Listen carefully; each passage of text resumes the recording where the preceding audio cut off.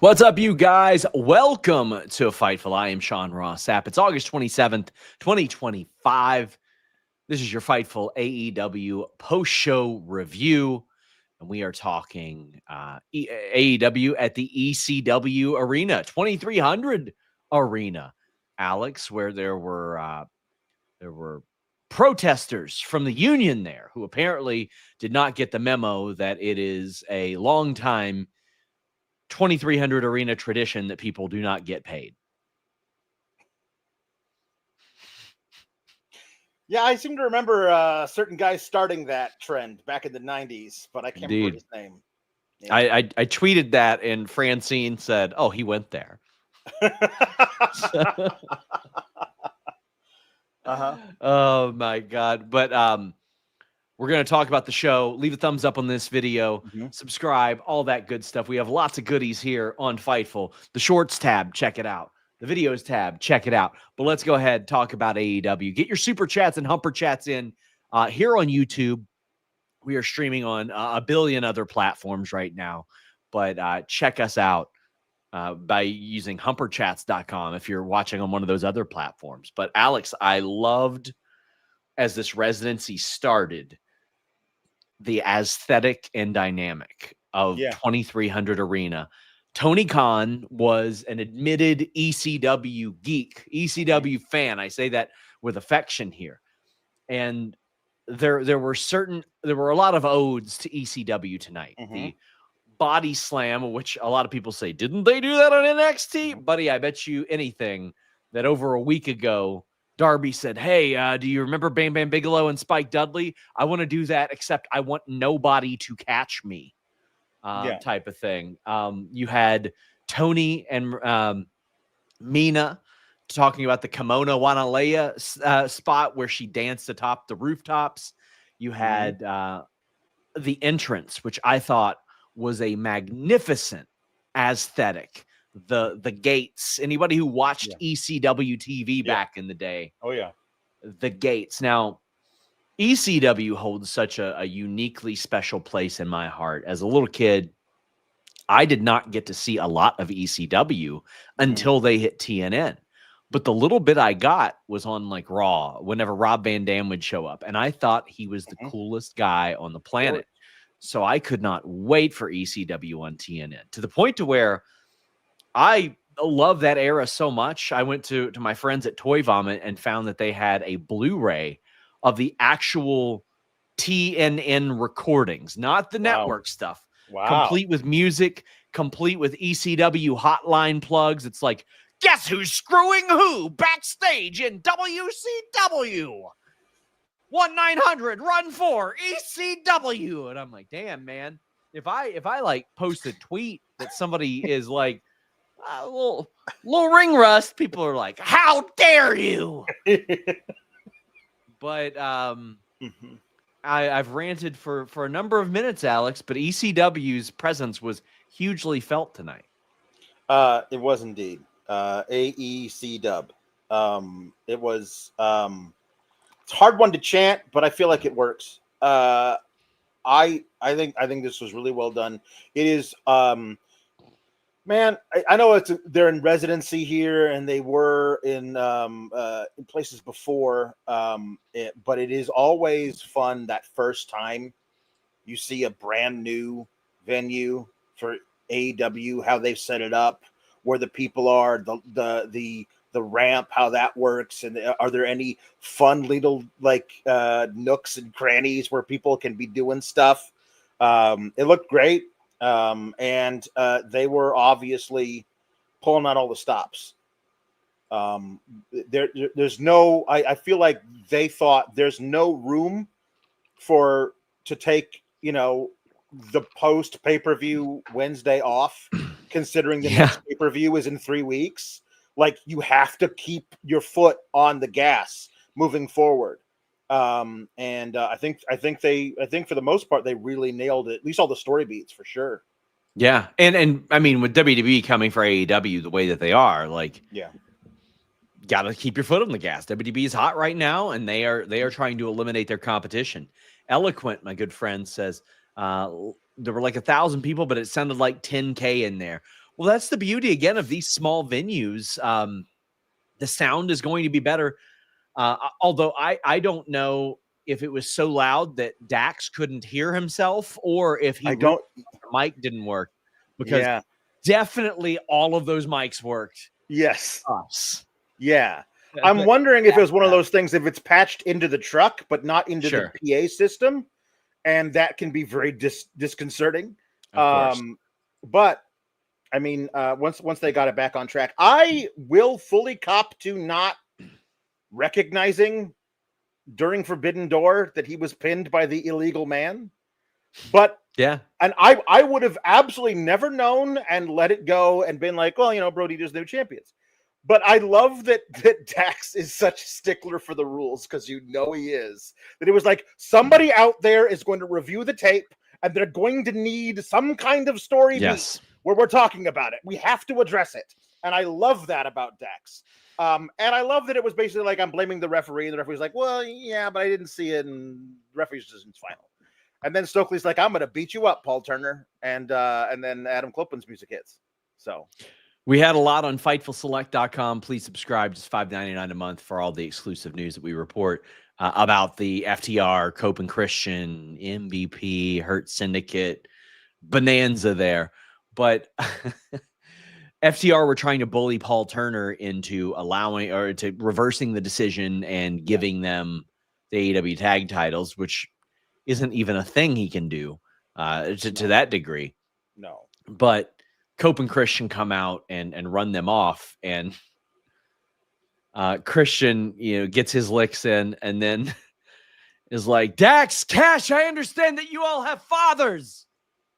And Cope was like, no, we're not doing that. And then I can't remember what it was FTR did, or the crowd was like encouraging. The crowd was like, come on, no, let him do it. Like, a bunch of sickos. And he gives the mic back to Christian. Christian's like, those bitches dead.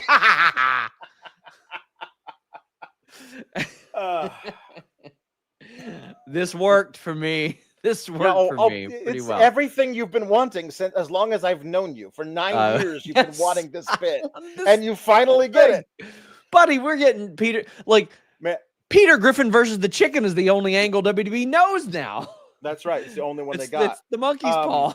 I like back 9 years ago when you were still first like, I need a Sting and Luger tag team where one guy's the baby face, the other guy's a dick, but they have to work together and they both love each other and they both work against these guys. I need it. I gotta have it. When you first pitched that to me 9 years ago, the idea that it would take 9 years and that the two guys would be Edge and Christian is crazy. Who seemed about as likely as Sting and Luger actually doing it themselves at that point. True. That is so true. And at one point, I think that Sting returned before any of them. Oh yeah, yeah. To be fair, yeah. But I've wanted this for a long time. I think it's such a natural dynamic, and I'm really happy, really happy about that and the way that it went. And I think that FTR are perfect foils, along with Stokely, in doing that. Yeah, I have the all out match. Like, just said we're doing it.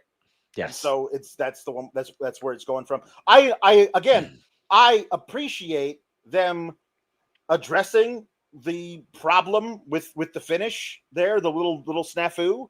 But I also appreciate them not doing next week FTR versus Brodito, and we're gonna do it, and we're gonna see who's really the champion. We know what the match is at All Out. So let's just get to that without having to do all that stuff. I appreciate them that Dax and Cash in character would want to address that, but I also appreciate them just saying, yeah, but we're not doing that though. I like both of those things. So we've got Orion Ben saying, say, Dax and Cash, I hear you have dads, with the K-dot face. Tom LaValle also says, hey, Cash, here you have a dad. Bryce, what do my fellow sickos? Besides that, you guys noticed Cash and the guy with his FedEx uniform looking what they were about to squabble on the rampway. Other than are the tag titles out of the door? So, I mean, it wouldn't surprise me to see FTR end up winning the tag titles between now and then, to be honest with you. It wouldn't surprise me at all. But, like, Cash arguing and getting in the face of a fan was also very ECW. It was very, very reminiscent of very such. ECW, yeah. Which I really, really liked. Just loved that. Love for Boost says 2,300 is prime for an Eddie Kingston return. I mean, I think that makes an awful lot of sense. That would be a great place to do it for sure. Like that place would come unglued more than maybe any other venue. Like that place with that history, Eddie Kingston's the perfect guy for them. And plenty of time to get it squared away. Yeah. Chi-Town Spurs says, I think that's the best post pay-per-view Dynamite they've ever done. I mean, listen, they've had some good ones back in the day, but like a lot of times I feel like they don't appropriately follow up with the right amount of heat. And I thought they did a fantastic job tonight. Yes, they did. I want to address one minor thing that it caught me off guard. When Copeland was like, at All Out in Toronto, it's going to be CNC versus FTR. And I was like, CNC, the Music Factory? Yes, I felt like that guy Factory. on that Conan meme. Like I did not realize that there was a different CNC. The only CNC I know is the one that's going to make me sweat. That's the only one I know. I had that song, the single, on both CD and cassette back when I was in middle school. I sweat. They made me sweat and I sweated. Love that song. I mean, like, it's very funny because a lot of people look at them and they're like, oh my God, they like flash in the pan one hit. Well, they had like a bunch of like top 5 hits. Like they did a lot of dance. They were very successful. Yes. Very, very successful in that brief amount of time. Booty McNasty says, what an effing episode. Best episode of AEW I've seen. The pacing was intense. Went an extra 20 minutes on cardio without noticing it. Lots of new directions for everybody. Uh-oh. Well, if you want a new direction, Blue Chew and the code FIGHTFUL. Yeah. Excited to be at All Out in a few weeks. Joel Pearl will be there covering that for us. I'm really hoping they do a segment there called Oot and a Boot at All Oot with Alicia Atoot. Nice. I think that would be good. She's Canadian, get it? Yeah. No, and also they're known to say to pronounce the vowels differently than Americans. Yes, that's the joke. That is the joke. Booty McNasty. I mean, you were so pumped up that you sent a USD for every extra minute on cardio you did. First off, Booty McNasty, without sending a super chat, what kind of cardio you do? I be on those stairs all the time. Loving it. Been watching that Dallas Cowboys documentary, Alex. Very good. It's very good. It's got me pumped up. But yeah, this episode, I got to be honest. Like a lot of times, I go into these episodes with not a high expectation after a pay-per-view, and it tugged on my heartstrings in the right ways. Like the reuniting and a lot of the story beats were there, and again the odes to ECW, which again I hope continue. I hope there are little Easter eggs all throughout these shows for the next several weeks. Like I'm very, very excited to see that. And Booty McNasty, I'm glad that you enjoyed it. And listen, hopefully you've caught a shower and you don't have like a McNasty booty. But Jon Moxley defeated Daniel Garcia. Listen, my review of Jon Moxley continues to be the same every week. Like he served his time at the top. He helped coronate a new old champion that has it is the right person to lead. He got his rematch. They did it on TV. It was good. And then he moved on, and now he's having it's almost like he's proving a point, saying, I'm going to open up every single show with a slapper. Yes. And that's how we'll do it. And he's been winning it, and it doesn't feel like a Jon Moxley Hogan brother type of thing. He's going out there and having killer matches. He should be beating these people. All due respect to Daniel Garcia, but he's also giving a lot to these guys as well. Oh yeah, no.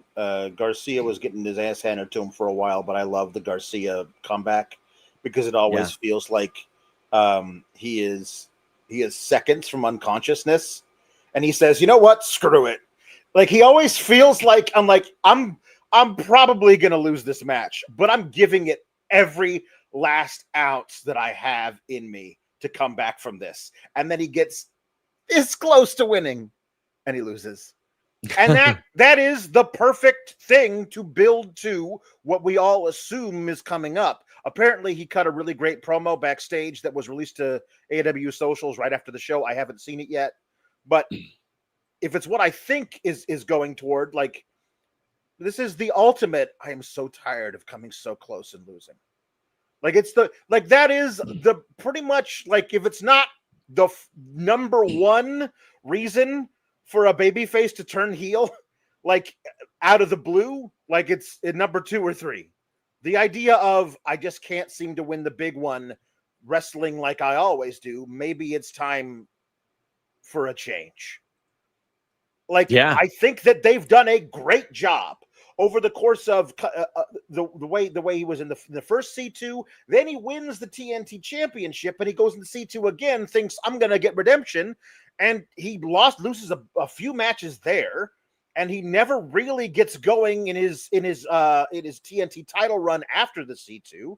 And then he loses the title to Adam Cole, never really gets a chance to get it back from him because tragically Adam Cole has to go away. And so now, like, he's getting to this point where, what do I got to do? Obviously what I'm doing isn't working. And frankly, I was kind of surprised they didn't just have him attack Nigel after the match at Forbidden Door, but now it becomes the waiting game. Now it becomes to see when he actually follows through with it. So, first off, Booty McNasty, I am very glad that you do have a clean booty. And shout out to the Nordic Bike. But I did watch the Daniel Garcia promo, and it is fantastic. It's very good. He's saying, he doesn't beat me. Nobody beats me. I beat myself because I make mistakes. And the pile driver into the sharpshooter, and then he put himself in prime position to be small packaged out of the sharpshooter. Like he was doing a little bit too much flair there, and he put himself in that position. He did it to himself. I think it's great that not only is he recognizing his flaws, but they're actually accurate flaws within the storytelling and the moves of the match. Great stuff.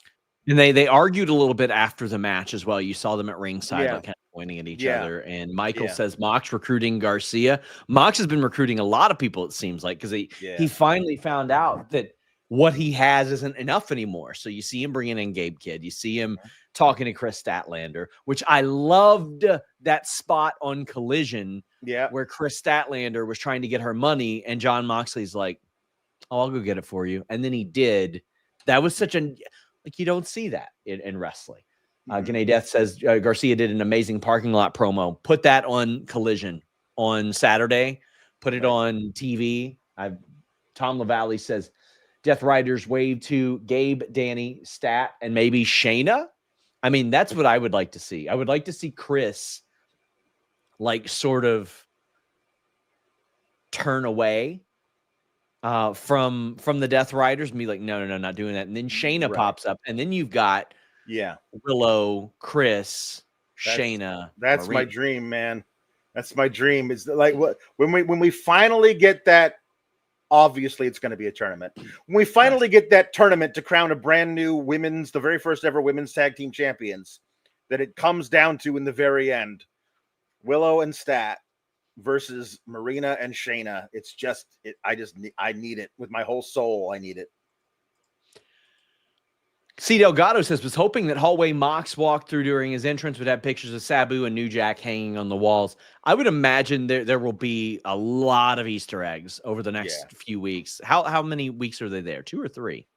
I thought it was 3, but maybe. Is it all the way up till Toronto? Is it? I think it might be. It might be just it might be like, you know what I think it is? I think it's 2 Dynamites, 2 Collisions, and Death Before Dishonor in the middle. I think that's what it is. So they got 5 shows there. It is. Oh, buddy. It is a lot. No, it's way more. It is tonight's Dynamite. It is Death Before Dishonor. It is this weekend's Collision. It is September 3rd and 6th Collision and Dynamite. And then it is September 10th. Wow.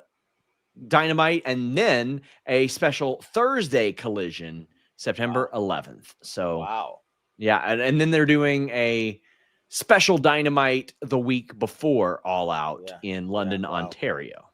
Wow. There you go. That is pretty fantastic. Cool. So then Wheeler Yuta cuts a promo, and he was getting heat the whole time. He's really turned into someone that is able to pick up that heat very, very well. And they keep him out there a whole, like a real long time. Yeah. And it was funny because he goes out there and he says, I got some things I'm gonna say, and this show will not proceed until I've said what I'm gonna say. So here's what I'm gonna say. And then he gets interrupted and he never says what he's gonna say. I really want to know what Wheeler Yuta was gonna say. We'll never know, but I wonder what it was gonna be. But Hook is back. He's had these really, really cool vignettes, like different vignettes as well. Now, there are still some questions to be answered, which we will get to, but as far as what we saw tonight, he came out. He no longer has the Action Bronson theme. Instead, he has a song by J.J. Johansson called Tell the Girls I Am Back in Town. It's from 1996. I am going to wager. It sounds like it's 1946. Yes. I love it. Yeah, it's like a very like whiskey song. It's got Girl from Ipanema vibes. You know, it's like yes. Like it's really, I love it. And perhaps another ode to ECW, it playing while the whole beatdown goes on. Yeah. Which I love it because it's such a low key song that him doing this violent shit.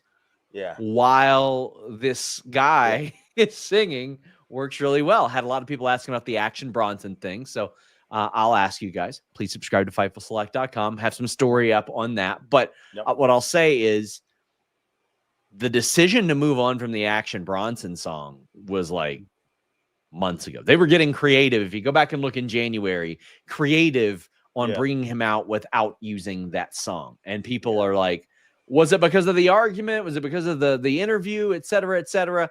I encourage you guys, subscribe to FightfulSelect.com. We have more on that. But I'm just glad Hook's back, man. I'm glad he's back. And I want to know what was up with the ops and him. I need that question answered. Right. I need that question answered, but I appreciate that they're not doing that yet because the guys who put him out were not the ops. The guys who put them out, were the Death Riders. And he got revenge on Claudio kind of by hitting him with a golf club, I think, at that match back in was that back at Double or Nothing? Like it was a long time ago. It was a while back. He's been out a while. And then comes back and he takes out Wheeler Yuta. He's debuting what looked like a Superman forearm. Like it was a Superman punch was cool. I liked it. He got a lot of velocity on it. It looked like he really threw his entire body into the punch. Looked different. And I mean, one of the things that made his dad so special is he took a suplex. He specialized in a suplex, but he did ones you had never seen before. You had never seen these in American pro wrestling. So doing things that make you stand out will go a long way. He doesn't have to cut a bunch of promos. He's got that unique enigma to him that will make him successful. And yeah, boys at FightfulSelect.com, please subscribe, reported recently that he actually signed a new multi-year deal last year. A great piece of news. Tony Khan revealed after the tapings that Taz will be immortalized in the rafters of the 2300 arena this Saturday. And man, that one again hits me right here, man, because like there's a lot of wrestlers that I've really liked, but when you're a kid, I'll give you a good example. I have a couple baseball bats back here. I have told you they are from Bip Roberts, a person who I am the only person whose favorite player is Bip Roberts, but he was like 5'7". And when I was little, I never imagined I was going to get taller than 5'7", right? Yeah. So I'm like, I like the little guy. Taz was diminutive, but if there's one thing that I ever thought that Vince McMahon said that I thought was smart, he called Taz ECW's sawed-off monster, and I'm like, that's a badass gimmick. That's That is a hell of a gimmick where he's a lot smaller and you can't do shit to him. How are you going to beat up a fire hydrant, bro? You can't. You can't beat up a fire hydrant. Can't beat up a fire hydrant. You can't. And, try it. I encourage all of you at home who are like, I could beat up a fire hydrant. Try to fight a fire hydrant. Go find a fire hydrant and punch it as hard as you can. Punch it. I bet you can't knock out the fire hydrant. If you knock out the fire, if you do knock out the fire hydrant, free Fightful Select. If you knock out the fire hydrant, picks or it didn't happen. That's what I'm going to say. He's incredible. He's the reason I took an amateur wrestling class for the first time, because I was like, oh, well, I want to know how to do that, not knowing that I couldn't just heave and suplex people with capture suplexes. Just really, really adore his work. I also adore NordVPN.com/Fightful. Let me tell you, buddy, be sailing the high seas with NordVPN.com/Fightful. We got Clash in Paris this week. You can change your virtual location to Paris. Log on to Netflix and you'll be like, wee! Or wee. And I'm not talking about a pig, my friends. It's NordVPN.com/Fightful. Get 2 years plus 4 months extra. And it's like a couple bucks a month. You might be like, man, there are so many services. There's the cock. There's Netflix. There's ESPN. There's CW. There's USA. How about you just get Netflix? You get NordVPN.com/Fightful. You change your virtual location. You got access to all that. Maybe you want access to AEW without commercials and you want to subscribe to AEW Plus. It's really nice, by the way.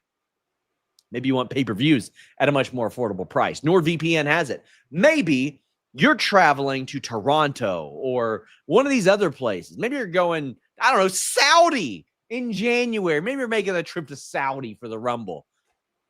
Stay in tune with all your favorites with NordVPN.com/Fightful. I'm using it for football, man. Listen, football, I am changing my virtual location and checking out those in-market games.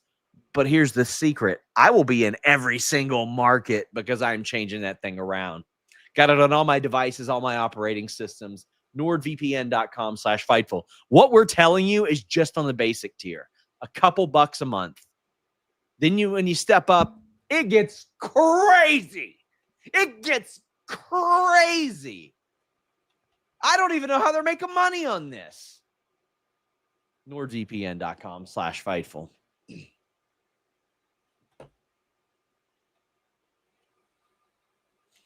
Really love that service. They're great. They're great.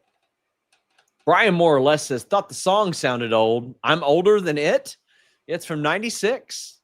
From 96, I believe. I'm pretty sure it's 96. I looked. Have an MJF promo. He talks about how selfish the AEW fans are. And he says that he bled and they chanted, "You deserve it." Hangman bled. They chanted cowboy shit. Now, an important note is that Tony Khan afterwards certainly listened to the fans after AEW Forbidden Door, and he said, no more are we doing the cash-in element. You got to declare a week ahead. And he even said, I don't necessarily want to rip off what somebody else is doing. So I think that works too. I think this is a great indication of listening to the audience. And I thought this promo was very good as well. Excellent. Yeah. I like that he basically said, well, okay, so now I can't utilize the contract the way, I think he does have a point. The way that it was utilized last year, the last guy who won it before MJF got to use it a certain way. They didn't change the rules before he won it. When he won the contract, he had reason to assume the rules for the contract would be the same, and now they're changing it on him. I understand why he would be pissed. I also like that he's like, okay, first I have to light Mark Briscoe on fire. And after I do that, then I will pick a date, and then I will decide I'm going to cash in my contract for that date, and I'll take the title off of you, Hangman. But first, I need to light Mike Briscoe on fire. Yes. I thought this was just really good. I thought this was definitely the right way to go about this as well. MJF has his hand in a lot of buckets right now. He's still got Mystico. So he's got a lot going on right now. But I thought this was fantastic. I thought this was a great promo. We have Kris Statlander and Harley Cameron defeating Penelope and Megan.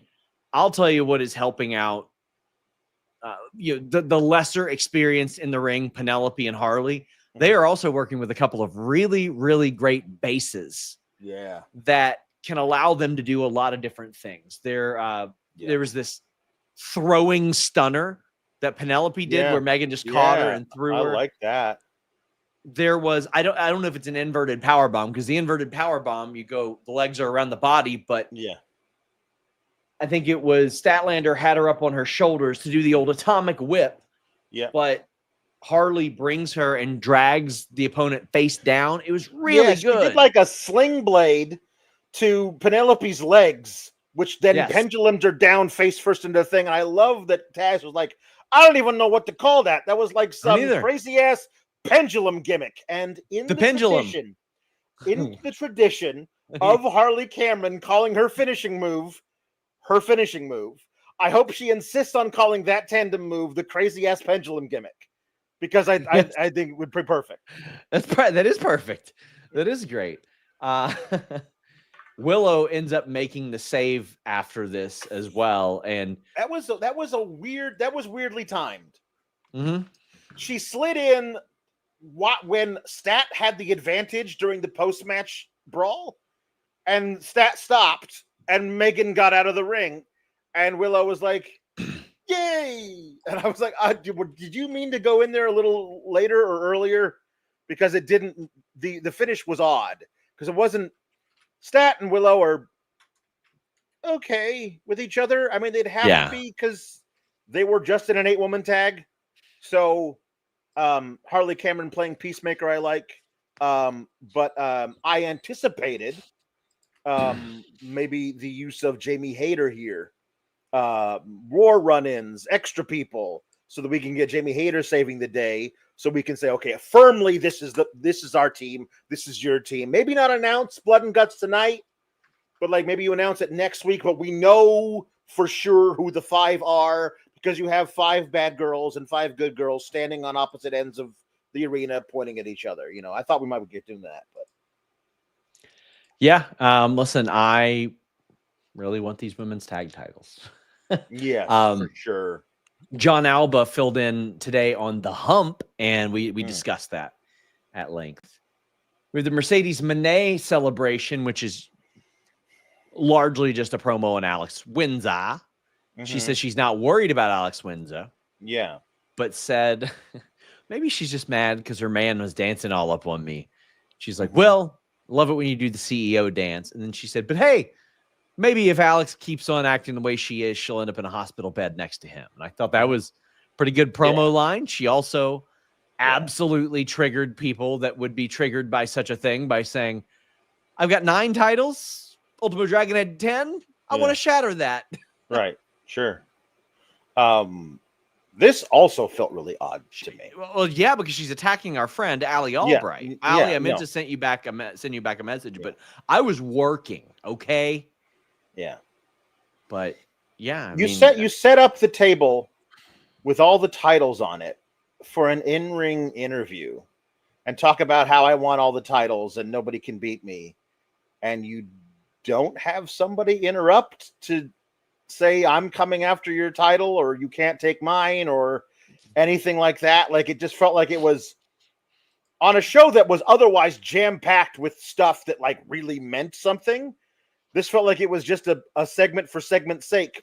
I thought the promo was fine, but usually AEW doesn't do anything just to have people talk. If you're going to do a promo, they're going to set up a match. They're going to further a rivalry. They're going to set up a storyline. This was just like, I don't like Alex Windsor, which lets us know at least Alex Windsor is going to be the person.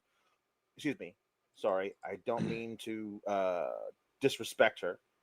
Alex Windsor is going to be her next challenger one-on-one, probably at All Out, but that they didn't actually have any kind of interaction here, I thought was a little odd. Yeah, and listen, I would imagine that both she and Will are home Yeah. this Yes. week. Yeah. I would also anticipate that as well.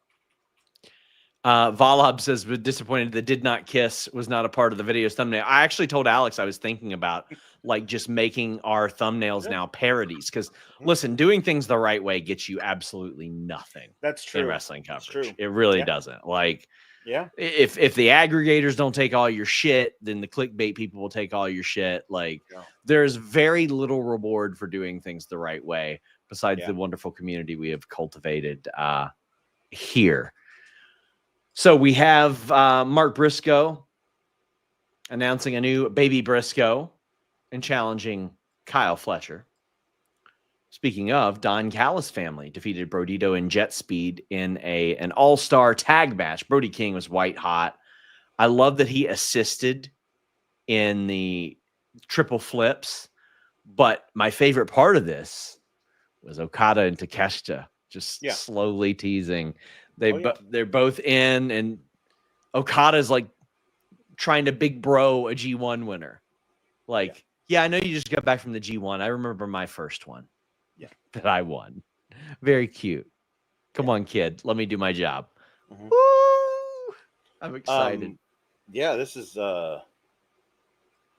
was obviously all 8 guys in the ring can, work and are great.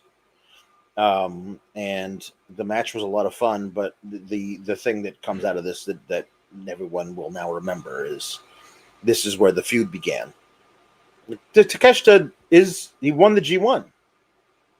In his mind, he's going to be the New Japan champion, and the IWGP heavyweight champion. So, Okada basically throwing his weight around, being like bully on the block.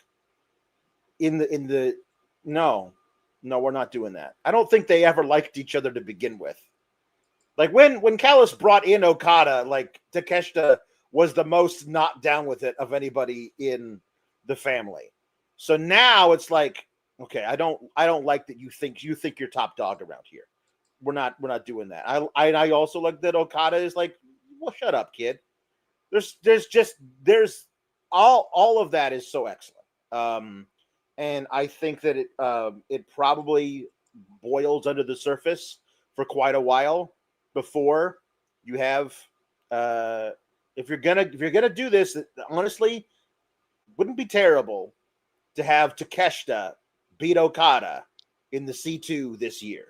Like that's the way to do it. To like in the C2, or I feel like the C2 will be. I feel like it will no longer be okay for the title. I feel, and it's just my hunch. I feel like that's the prize, is getting to go for the new unified championship. I love that idea. That's what I wanted it to be from the beginning. But the way it has been is that the person who is the champion defends it within the tournament. If they go a different route, I'm all for it. So do you want to hear what my route is that a lot of New Japan purists are surely going to hate? Yeah. Takeshita has said that he doesn't want to win the IWGP title at Wrestle Kingdom. He wants to carry it in. So I say he wins it, then he wins the Continental Classic, and then the main event at the Tokyo Dome. If you want to be AEW and offer exactly IWGP and AEW unified. Wow. I feel like that would put a lot of. Will be very, very upset by that. Of course. Two people that are not. I mean, Takeshita is contracted, but listen, Okada coming back and working the Tokyo Dome. Come on, man. Yeah. Come on, man. And then further establishing, and King of the North mentions Takeshita title challenge is set for Power Struggle. Luis says, I'm not okay with that. Why would Tony give New Japan that huge match? Because they're partners. That's why. Why would Tony allow Mystico versus MJF in CMLL instead of All In, where that could have moved a lot of because they're actually partners and not in control of the other thing that they have a working relationship with. And I understand that there are a lot of people that religiously watch New Japan that would hate that. And I get it. And I completely understand it. I completely understand it. And somebody says, but the Unified Championship is a 20-minute time limit. I hate that. I hate that. But you know what's not? The IWGP Championship. There you go. So that's your way of getting around that one. That's your way of doing that. Because that's what they did with the Continental and the International. And all it has to be is Tony Khan says, because it's being challenged within the New Japan, we have decided to forego the 20-minute time limit. Both competitors have signed off on it. So now it can go 48 minutes. You know what I mean? Like, and everybody's like, okay, cool. Well, listen, I'm going to get in my boy Toru Yano's ear, because FightfulSelect.com, please subscribe, guys, reported this week that Toru Yano has gained responsibility and influence within New Japan Pro Wrestling. There you go. Okay. Yeah. Good for him. Mm-hmm. So Hangman gets interrupted by Don Callis, but listen, lots of stuff said. He's like, thank you, Will Ospreay.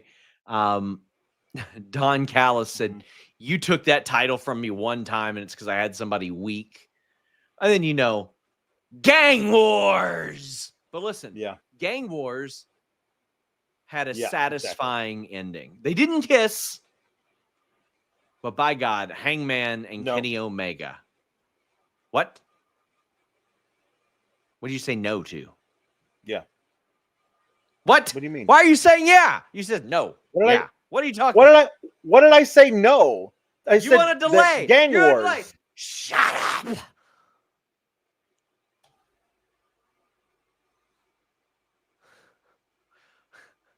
Hangman and Omega reunited, and they hugged Alex. I thought it was a magic moment. It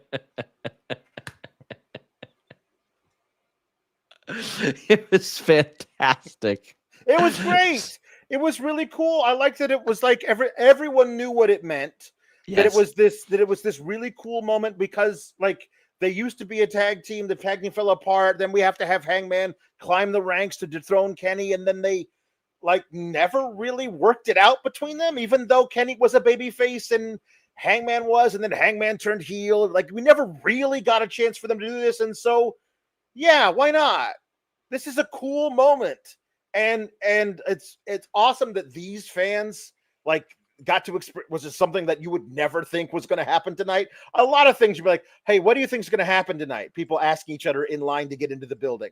Nobody thought, how about Hangman and Kenny Omega reunite and hug it out? Nobody thought that. It's a really cool moment to give to the fans. I thought it was really fun. And I love the idea that Don Callis has a stable, the likes of which we have not seen in a very long time. Oh my God, it's stacked. You know what I mean? Like, it's completely stacked. He's the market cornered on big dudes who can mess you up. You know what I mean? I love the idea of them having a problem with Jet Speed and Brodito. Sure, we would like the tag titles, and Jet Speed they're really great, but I don't like Mike Bailey. But also, it's Hangman, and you've got the world title, and I have all of these dudes. So I'm going to pick one of my guys to beat you with the help of all my other dudes. Like, I love the idea that that Don Callis walks into a buffet of baby faces and says, I'll kill them all. I'll take all of their titles, please. Because he's got the dudes, the hosses to back it up. Yes. Wardlow is just standing out there in a suit. Like, he's just a dude who's working security for him. So I think it's excellent, man. Love it. So No, Allie, you're missing. No. This is a direct quote from Don Callis. Don Callis doesn't like Mike Bailey. Yes. Everybody else does. Well, not MVP, but still. Bringing up Cyrus the Virus popped me huge. Listen, another ECW reference there. Yeah. Plenty of them. I need to keep a running list of all the Easter eggs. Dave Koss says, hey, boys, wanted to say I got chills seeing Hanger and Kenny running moves together. going to Collision. Hit me with any prediction on what I'll see. Well, I mean, a very emotional moment with Taz for sure. Yeah. But I think you're going to see some people. I mean, Collision has a lot of like workhorse matches on it in general. Yeah. But I think you'll see something akin. You probably see some more ECW Easter eggs, especially among some talent who are getting to work there for the first time. That's what I'm anticipating. And also, Hangman and Kenny did hit the V trigger buckshot. I can't remember what they called it, but man, that was cool. I like that. I mean, that to again, this day, so funny. Like they hit it on Lance Archer. Yeah.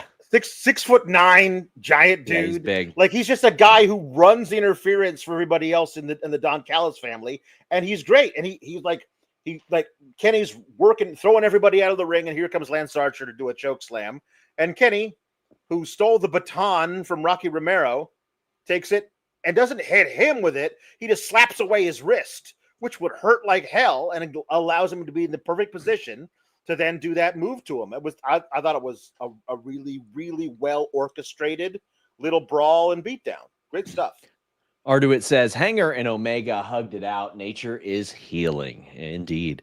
Get your super chats and humper chats in, guys. We want to talk about what you guys want to talk about. If you are here, you're watching on YouTube at all, leave a thumbs up on the video. Can't tell you how important that is. Yeah. We have the Mina versus Athena vignette for this weekend. It was good to see some crossover there, and just good to see Athena remaining on AEW TV in some capacity. Mina and Tony talk about dancing atop the ECW arena like Kimona. Tony goes, "You broke her poor little hand. How's it feeling now?" And then Mina slaps her. But we got Athena saying, "You know what? You want to dance atop? I'll throw you off of it." This is fun. Yeah. I think this should be a really fun match on Friday. I don't anticipate Mina beating. I don't know. Doesn't make any sense. Athena, that wouldn't make a lot of sense. But they AEW right now has 3 women who are absolutely entrenched within their own title reigns, and I feel like one of them's got to drop soon, just to get some new blood in there, maybe a shorter reign, and then another person follows up. I don't think that these are sustainable. I think once you've got, I think they're very fortunate that they've got 10 other women who are going into a blood and guts, we think. So that gets them on the show, and they're all fantastic. But once that's all sorted, I think we got to find the right people to start building up to take the titles off of at least one of the 3, if not 2, or all 3 by 2026. Like they've had their amazing reigns. Tony Storm's been a 4-time champion. Each other of them are breaking records for as long as they hold the titles. I think it's time to have the right women built up to take the titles off of them. Well, I'm not expecting Mina Shirakawa to win this weekend. But if you know who's going to win this weekend at Clash in Paris, go over to MyBookie AG. Bet on anything, anywhere, anytime. And right now, get a $50 bonus with a $100 deposit, or a $100 bonus with a $200 deposit. But that's not it. You can get a 100% bet back bonus up to $500 for new customers only. There are links in our descriptions everywhere. They've got live casino games, table games. NFL season is 2 weeks away. The MLB season is winding down. We're about to hit the playoffs. WNBA about to hit the playoffs very soon. Before you know it, you got the NBA back. But right now, college football, all that good stuff. This weekend, John Cena is a heavy favorite. Seth Rollins, a monster favorite. Becky Lynch, a big favorite at mybookie.ag. Roman Reigns, a big favorite as well. Any of those surprising you, Alex? No, not in any way. Those seem like the most very obvious thing. I think that, and I don't know what the lines are right now, but the one heavy that actually, for all those. Oh, but I'm talking about for the Donnybrook match. For I was about to mention that, buddy. MyBookie AG has the pretty close lines for pro wrestling. Minus 300 for Rusev. That has moved from minus 180, so he's become a bigger favorite. Okay. But still, you can make a little bit of money on that one. And our dude Luis told everybody for AAA Worlds Collide, hey, AAA Triple Mania, bet on Wagner. And a couple people made some money there. So my bookie AG, please only bet what you can, and please bet responsibly, but check them out. They also have great technical support in case you need it. Everything from esports to pro wrestling. My bookie AG. I am working on getting them to add AEW lines as well. I'm on them every month to do that. Okay, let's do it. Tom LaValle says all three ladies should drop before Christmas 2025. I think that once Mercedes loses her championship, the alignment will come into play a lot better. Mm-hmm. I think they should just conveniently ignore that they ever announced a ROH Women's Pure Championship because nobody ever asked for it. Mm-hmm. Ever. Yeah. And if you do it, just make it the Pure Television Championship or something like that. You don't need three. But the ROH Women's title will be what it is. But I think that, Jade and Mercedes have established a pretty dominant set of champions as TBS champion. Yeah. And now that can be like the upper card championship that it was always seeming like it was, because they have certainly established that no matter what belts you see on AEW TV, that one that Tony's got is the main one because she's got it and she beats everybody. Yes. Yeah. I want Tekla as champion. I think you will almost certainly see her as a champion in the future. She is translated phenomenally. Yeah. The Ops have translated phenomenally as trios champions. I just want to say I love Hobb beating the shit out of people, slamming people. He really seems to enjoy it. He does. Shibata and Ricochet had really good chemistry as well. Yeah. But Just Run in LA says the worst thing about the Ops, entrance music. What do you think about their entrance music? I mean, I don't hate it, but it's not like it doesn't give me the feeling that I want to feel when those guys enter. You know what I mean? Like, here's the thing. I think that individually, those three guys have great themes. Mm-hmm. And yeah, the Ops, the trios champs should have a theme when they all come out together. I don't want them coming in separately. Yeah. But when Samoa Joe's music hits, you're like, all right, let's go. When Hobbs' music hits, you're like, yeah. Like Shibata, like, here it comes, man. Like, it's like you feel that. But when the Ops music hits, it's not like objectionable. And I'm like, oh, okay. I don't get that feeling for their trios music. Well, MVP comes out, helps cause Ricochet to really get his ass whooped. I mean, Ricochet really got it laid into him there.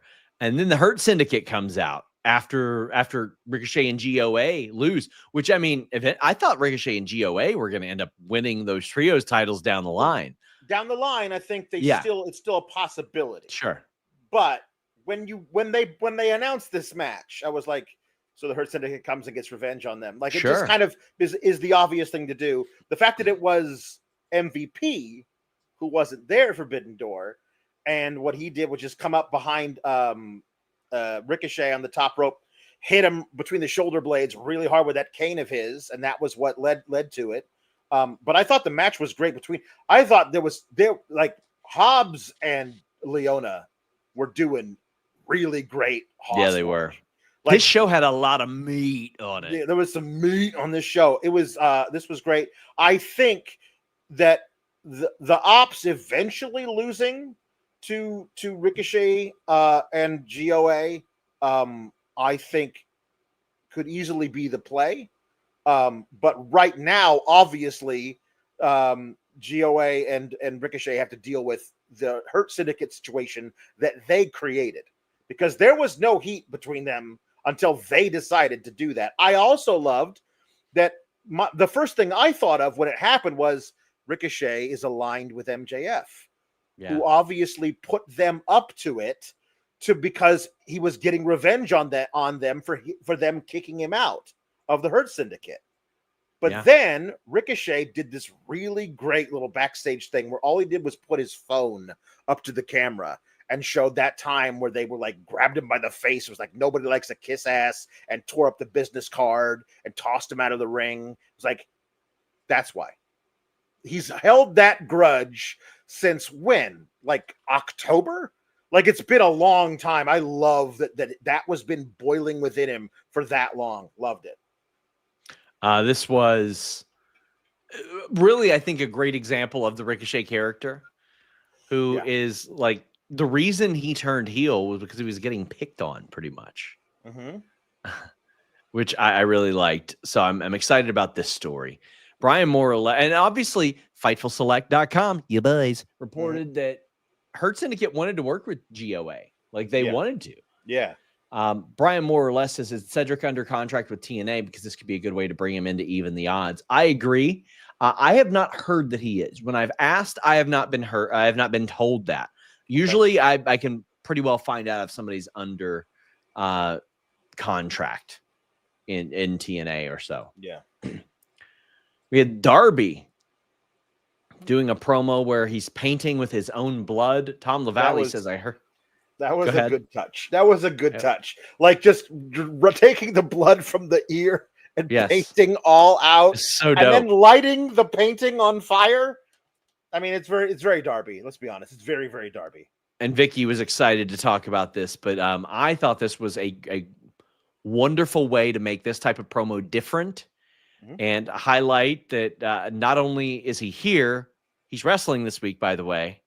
I thought this was just a really fantastic use of Darby doing a promo, and it felt so much better than all of his other promo work that we've seen him do. Yeah, it really feels like he... I mean, also, like, I think there's something with, letting your actual experiences inform the performance. That's something that they teach in acting, to actually draw on the things that within you that you. So, like, honestly, that's the weird thing about climbing Everest, is that every year people die up there, and they just leave the bodies. Like, you can't bring them back down the mountain, so they just leave them there. And when he mentioned, like, they told me, do not set foot on this mountain unless you are prepared to die to summit it. And then he looked around and saw all the people that did, and it made him more than usual. Because let's be honest, Darby is the most YOLO guy that's ever walked the face of the earth. But even more so, now he's like, nothing is guaranteed. No day is promised to you. So yeah, let's do it. Let's absolutely go. So when he delivered that part of the monologue, you could tell he was drawing on that experience from within him, where he actually saw the people who didn't make it. Like, that's got to be a really sobering thing for people who are climbing that mountain. I thought that the promo was really, really well done. Really well shot, edited. The fact that they perfectly timed the flames to crawl up the wall as he raised his arms, that was really cinema. That's what that was. Vicky is getting emotional over you putting over anything involving Darby. What is? I heard Darby apologize to Alex in the promo. Yeah, because he says that, those of you that hope that I died in Everest, I apologize. I didn't know. Like, I don't think Alex has ever said. I didn't hope that he died. Minor frostbite. That was what I was looking for. Well, listen, if Everest didn't kill him, Claudio damn sure was trying. Claudio tried. Claudio tried his damnedest. This is insane. So first off, I've never seen a slam through a TV before. Yeah, that was but crazy. We did here, and that's like the 7th biggest spot of this match. Yeah. There was he put Darby in a shopping cart. Yes, he did. Oh my god! Like, and then there was a swing into the barricade, but the most unbelievable one was the body slam over the top rope onto the table. And it was just boom. Yeah. It was just filthy. A very clear ode to Bam Bam Bigelow and Spike Dudley. It's just Darby was like, I would like it if perhaps Nobody caught me. How about that one for a change? Perhaps the table should break my fall and nothing else. And when I saw this, I was thinking, fantastic spot, perfect guys to do it. And then I thought to myself, watching Heat Wave over the weekend, that I think that Oba and Javon are destined to do this forever. Like as long as WWE will let them. They're both so young. They're both perfect dance partners for each other. And that is the type of spot they would try to replicate if anybody would let them. So what I'm going to say is Obafemi, Javon Evans, balls in your court. Because that is the kind of thing, like, that was crazy. This was crazy.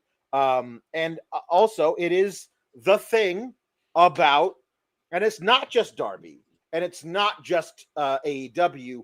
I'm not a big fan of the guy who's the biggest and the strongest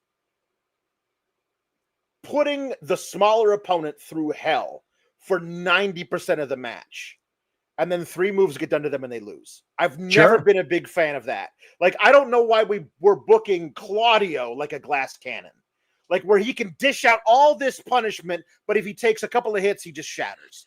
And like, that shouldn't be Claudio to me. So I don't love the finish, but obviously Darby's got to go over. He's going through the Death Riders to get to Moxley it all out.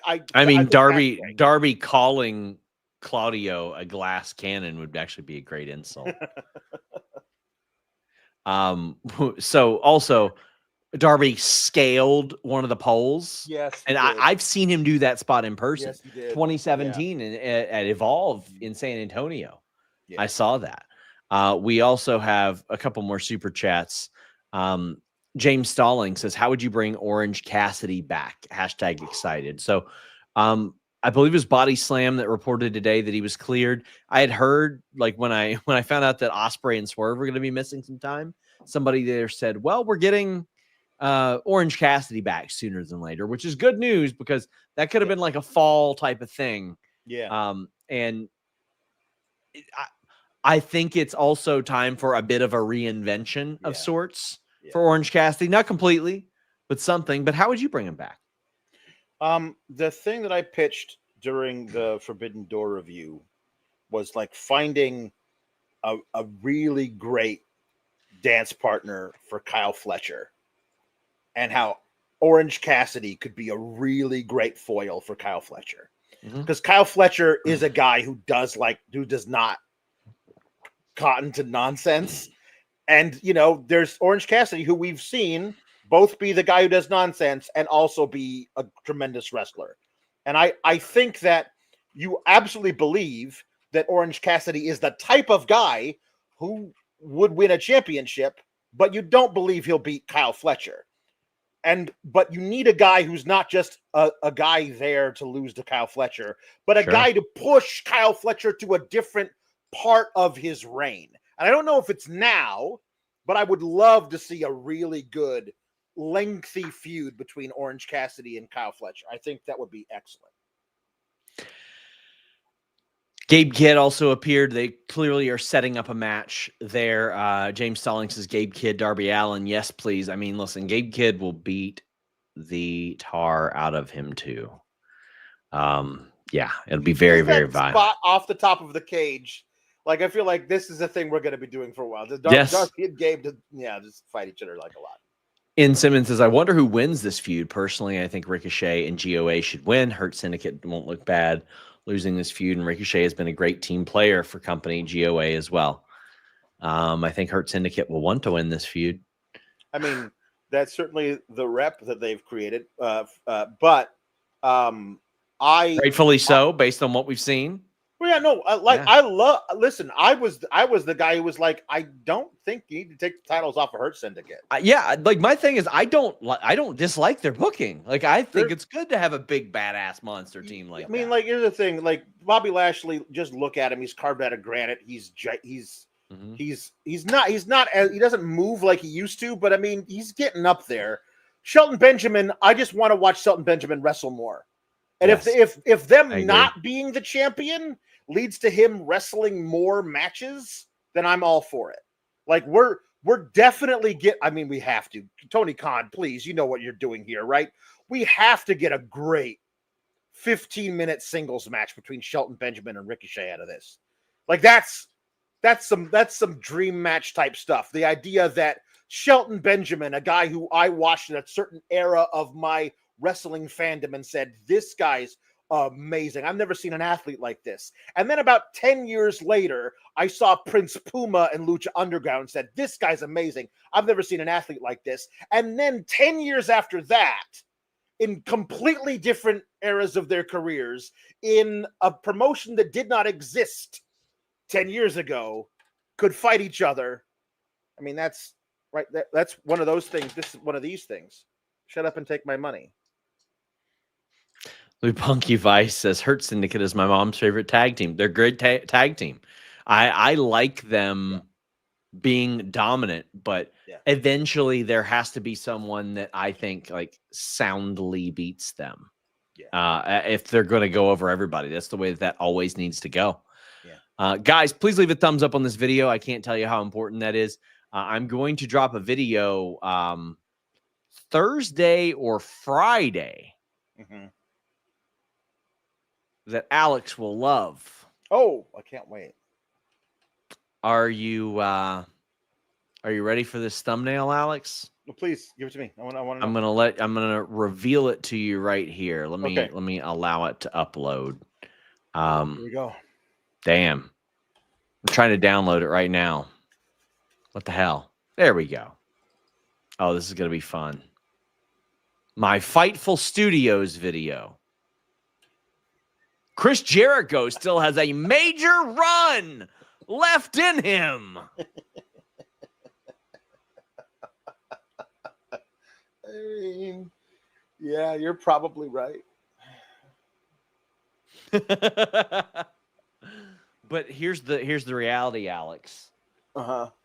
Here's the swerve. Yeah. What if he has 4 runs left in him? What does that mean? Tune into Fightful and find out. You can also subscribe to FightfulSelect.com. Our tier 2, the $10 a month. I always put our interviews up there early and these videos. Fightful Presents, all that type of stuff is up there early. Irene says, I can't wait. These people.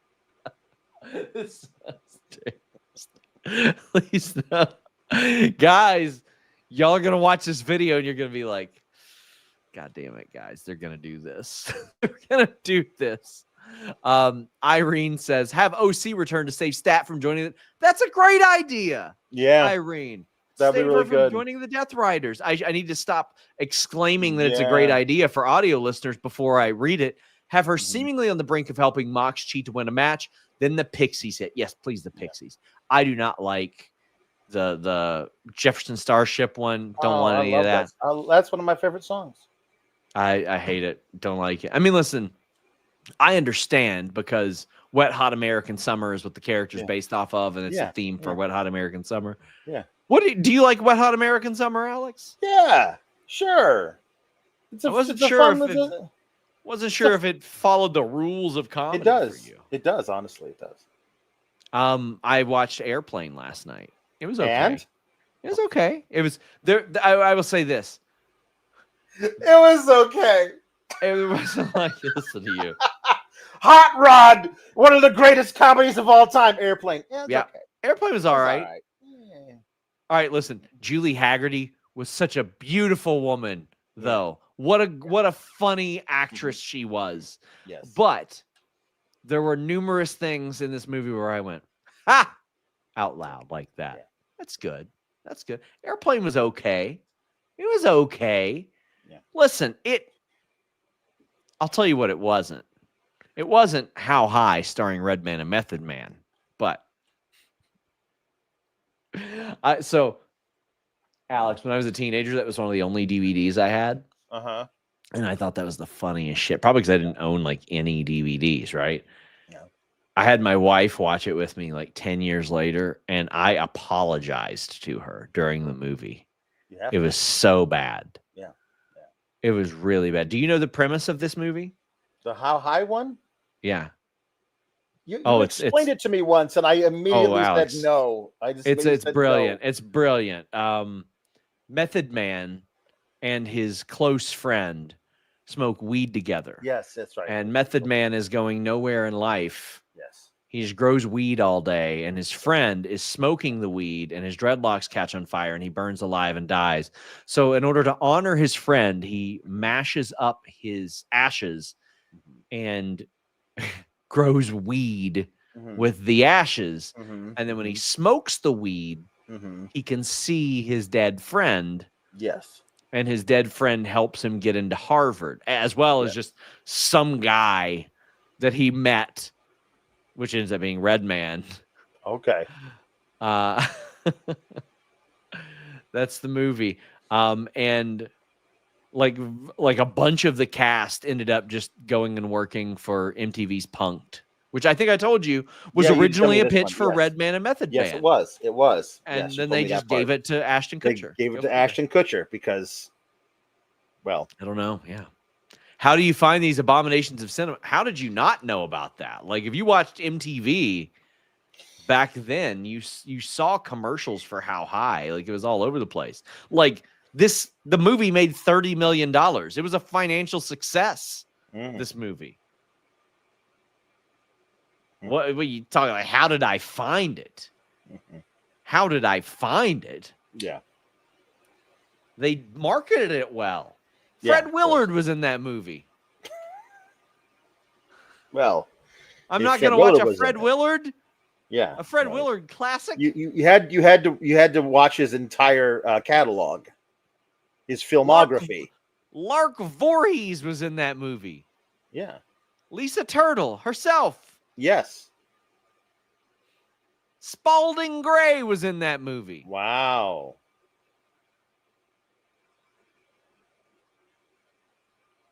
Please leave a thumbs up on this video. We would greatly appreciate it. Alex, tell the people where they can find you. You can find me over on Fightful Select. We're going to be reviewing the Clash in Paris on Sunday. So we'll see how clashful it is. And then also, on Fridays we do the SmackDown review, and Mondays we do the Raw review. Mondays, Raw views with Kate. Also with Kate on this very YouTube channel on Tuesdays. We review NXT as well. They are moving toward their big homecoming show, where they're going to do a show in Full Sail on the 16th of September. So that should be a lot of fun there. Alex, what else are you reviewing next month? Well, next month we'll be reviewing according to Sean, the cinematic classic Freddy Got Fingered, starring Tom Green. Featuring sausages and Rip Torn's Bear Behind.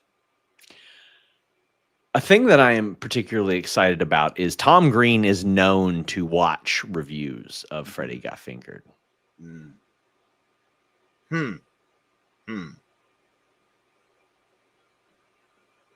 right. Are you familiar with the other Tom Green, the one that does WCW Deep Cuts? Yes. Oh, I WCW Deep Cuts is high quality content. Big shout out to Not That Tom Green. Not That Tom Green. That's his handle. Dude. Not That Tom Green, who does phenomenal content.